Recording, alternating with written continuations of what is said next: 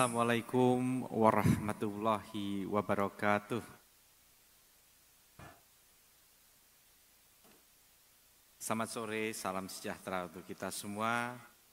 Yang kami hormati, izin saya menyapa segenap Forkopimda terlebih dahulu. Turut hadir Bapak Ketua DPRD Provinsi Jawa Timur, Bapak Dr. Andes Haji Muhammad Musafa Rauf MH, dan segenap perwakilan Forkopimda yang hadir, segenap tokoh agama dan tokoh masyarakat. Mohon saya diingatkan kalau ada yang belum tersebut, ada Bapak Zainul Muslimin dari P Muhammadiyah Jawa Timur. Juga mungkin ada dari KPU Bawaslu hadir di sini. Lalu juga ada anggota DPR RI ya Bu Lita Mahfud Arifin, ini menyebut dulu yang tamu dulu, ini saya diarahkannya dari DPW Nasdem hadir di sini.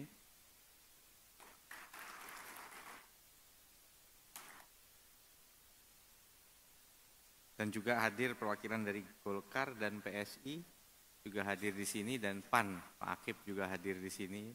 Ini penting karena persahabatan PKS ya dengan lintas partai berjalan dengan sangat baik.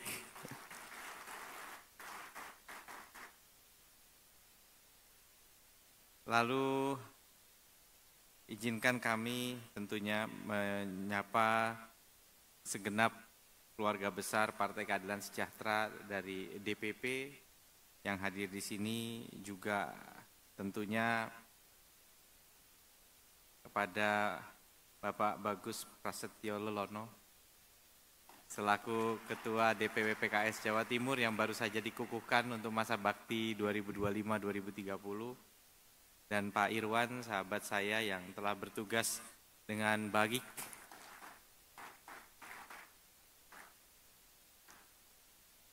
Segenap anggota DPR RI PKS Jawa Timur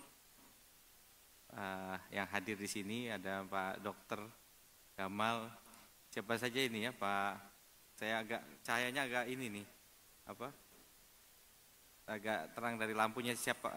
Kita sebutkan satu persatu ya. Ada Pak Amin juga hadir di sini, lalu Pak Aryono, ya alhamdulillah 3 hadir, yang 2 Bu Reni sama Bu Metri ya, kalau salah tapi sudah hadir di sini. Terima kasih. Dan juga segenap anggota dan pimpinan fraksi PKS DPRD Provinsi Jawa Timur, Ketua fraksi Bu Lili dan semua, ada Pak Agus lengkap. Lalu pengurus MPW, DPW, DSW, PKS Jawa Timur yang semuanya pastinya penuh semangat untuk menyongsong 5 tahun ke depan. Alhamdulillah, syukur kehadirat Allah Subhanahu wa Ta'ala bahwa Muswil PKS yang berikut dengan pengukuhan yang diselenggarakan secara serentak di seluruh Indonesia telah berjalan dengan lancar pada hari ini. Lancar dan efisien. Ini memang kalau pengelolaan partai bisa efisien tuh luar biasa sebenarnya itu. Hebat. Iya. Nanti Pak Musafa kita contoh juga Pak pengelolaan efisien ini. Ya, bagus. Efisien, prosesnya juga efisien, pemilihan juga efisien, estafet dari sahabat saya Pak Irwan ke Pak Bagus ini juga berjalan dengan baik gitu ya semua. Ya terus terang ini luar biasa apa yang dilakukan oleh PKS ini. Dan untuk itu saya ucapkan selamat. Ibu Gubernur sudah terjadwal sebenarnya. Sudah terjadwal untuk hadir di sini, sudah menjadwalkan, sudah memprioritaskan. Tapi memang ada kehendak Allah bahwa paman dari beliau, dari almarhum Bapak Parawansa, pamannya berpulang, dan kedekatan kekeluargaan ibu dengan keluarga almarhum ini luar biasa, silaturahminya terjaga, sehingga izinkan kami menyampaikan permohonan maaf yang sebesar-besarnya bahwa ibu berhalangan untuk hadir di sini. Tapi percayalah bahwa kehadiran saya di sini ini diwanti-wanti betul sama Bu Gubernur. Pak Wagub pokoknya hadir. Jadi saya langsung cari pesawat yang kira-kira potensi delay-nya paling kecil dan alhamdulillah bisa nyampe di sini. Tapi meskipun potensi delay-nya kecil, tapi saya tetap gak menyangka juga, ternyata takdir Allah luar biasa, ternyata lancar betul penerbangannya, kami bisa sampai. Bayangan saya tetap sampai di sini masih agak molor sedikit gitu, tapi ternyata lancar semuanya. Selancar proses penentuan pengurus barunya katanya. Jadi Pak Ketua Dewan, Bu Lita ini, Pak Akip, ini proses ini milih katanya cuma berapa dikasihnya? 2 hari. Terus nanti yang pengurus kabupaten kota cuma 1 hari prosesnya. Iya betul ya, harus sudah selesai. Luar biasa. Kita sih nyusun-nyusun pengurus bingung sendiri kadang-kadang ya. Hebat betul. Dan masih dalam semangat Hari Kemerdekaan yang ke-80, tentunya salah satu dari pilar kemerdekaan kita adalah tegaknya demokrasi di Republik Indonesia, demokrasi yang dijunjung tinggi oleh partisipasi publik sebagai pemilih maupun sebagai yang dipilih. Dan untuk itu eksistensi partai politik yang diamanatkan dalam Undang-Undang Dasar ini menjadi amat sangat penting. Dan kami ucapkan selamat bahwa sejak berdirinya partai PKS, dari mulai PK sampai PKS, sampai hari ini eksistensinya kokoh luar biasa di Republik Indonesia.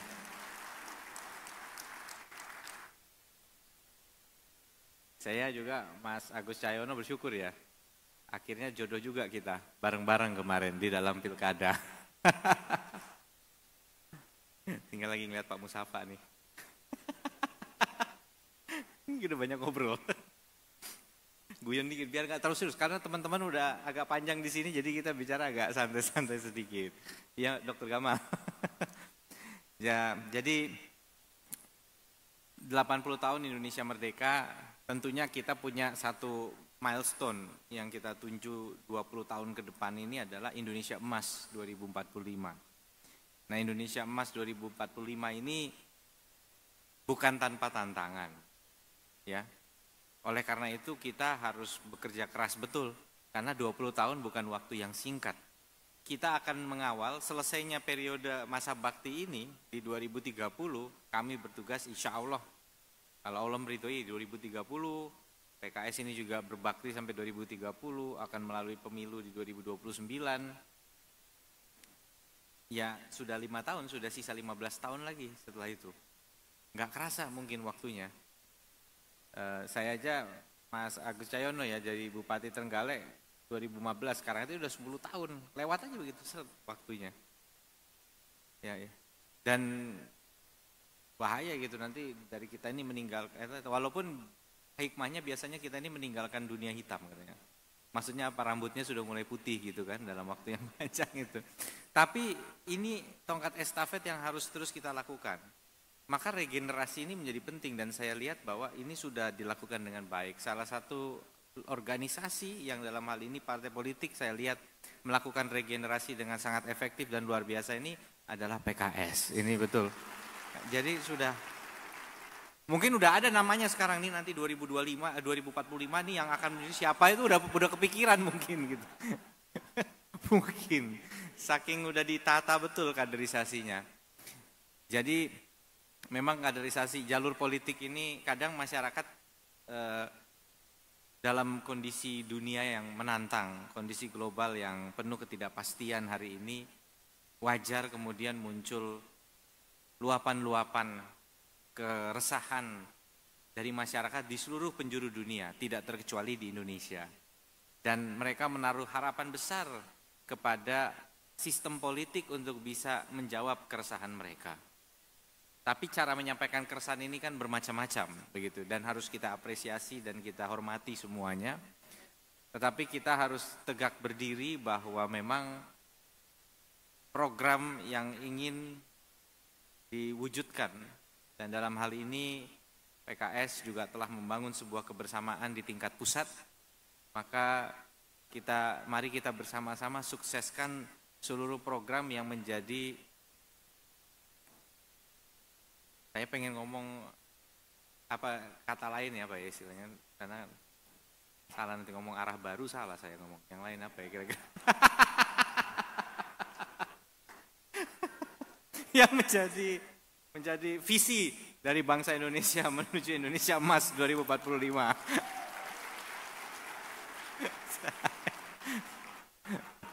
Ya, jadi paham katanya di belakang. Kita hidup bekerja keras juga banyak tersenyum itu insya Allah bahagia dan awet muda semuanya teman.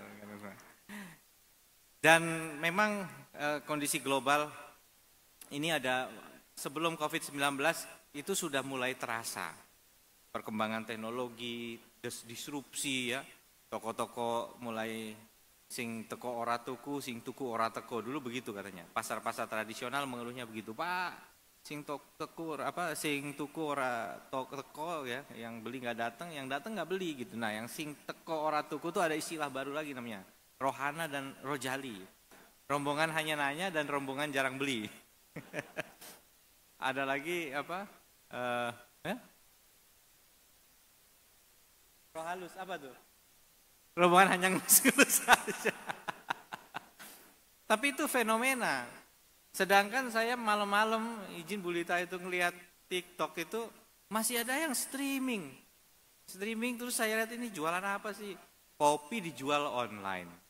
Kopi tapi langsung jualnya 1 dus. Ada yang beli, banyak yang beli. Ini terjadi perpindahan. Jadi ada yang bilang daya beli turun. Ini perubahan 2 Pak. 1, mereka mulai lebih nyaman berbelanja secara daring. Itu terjadi.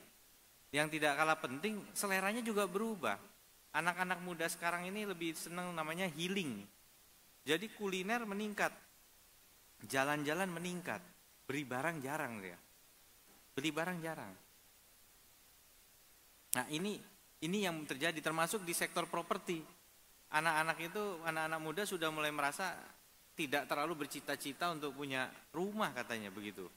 Nah ini kan menjadi menarik ini gitu. Loh kok cita-cita tidak terlalu punya cita-cita untuk memiliki rumah, meskipun tentunya penyediaan rumah housing itu menjadi sandang pangan papan itu tetap menjadi amanah kepada pemerintah, tapi sekali lagi penyediaan perumahan ini sesuatu yang juga tidak bisa dipisahkan dari perubahan selera dan pola beli dan prioritas dari anak-anak muda kita. Nah, pusat perbelanjaan yang beradaptasi itu sudah mulai memperbanyak restoran, lifestyle, salon, untuk kemudian itu yang lebih banyak dikunjungi gitu ya. Tapi nggak semua bisa beradaptasi ke arah situ dan ini menimbulkan masalah. Dipukul lagi pakai COVID-19 yang kemudian akhirnya banyak bisnis terutama di pusat perbelanjaan yang tutup. Begitu COVID sudah selesai, pandemi selesai, mereka nggak buru-buru buka. Nggak buru-buru buka, kenapa? Karena ya ada sebagian dari bisnis ini yang sebelum COVID itu memang juga sebenarnya sudah hidup segan mati tak mau. Tapi mungkin karena pegawainya sudah lama kerja di sana, mereka harus tetap beroperasi. Nah sehingga untuk buka kembali dan ngambil resiko mereka mikir-mikir. Nah ini tantangan perekonomian yang luar biasa, ditambah sekarang terjadi perang dagang global, penuh ketidakpastian. Perang dagang, kondisi konflik geopolitik yang luar biasa, ini tentu sangat mempengaruhi bagaimana proyeksi pertumbuhan ekonomi dunia ke depannya. Oleh karena itu, dalam kondisi seperti ini, kita harus betul pinter-pinter, dalam konteks ini pinter-pinter, bagaimana mengelola pemerintahan dengan baik. Bu Gubernur dan seluruh jajaran Pemprov bersyukur selama ini melalui fraksi PKS maupun struktur PKS, komunikasi kami terus terjalin untuk bisa memperoleh masukan-masukan yang konstruktif. Bagaimana kita bisa membuat masyarakat lebih terberdayakan dengan segala keterbatasan yang kita hadapi hari ini. Jangan sampai pendidikan menjadi sesuatu yang sangat berat bebannya bagi masyarakat kita. Walaupun kita juga menyadari bersama ada tantangan, misalnya masih ada sekolah-sekolah yang ternyata membuka partisipasi dari baik itu wali murid ataupun pihak lain untuk membayar guru honorer. Padahal kita sudah punya kebijakan besar guru honorer jadi P3K.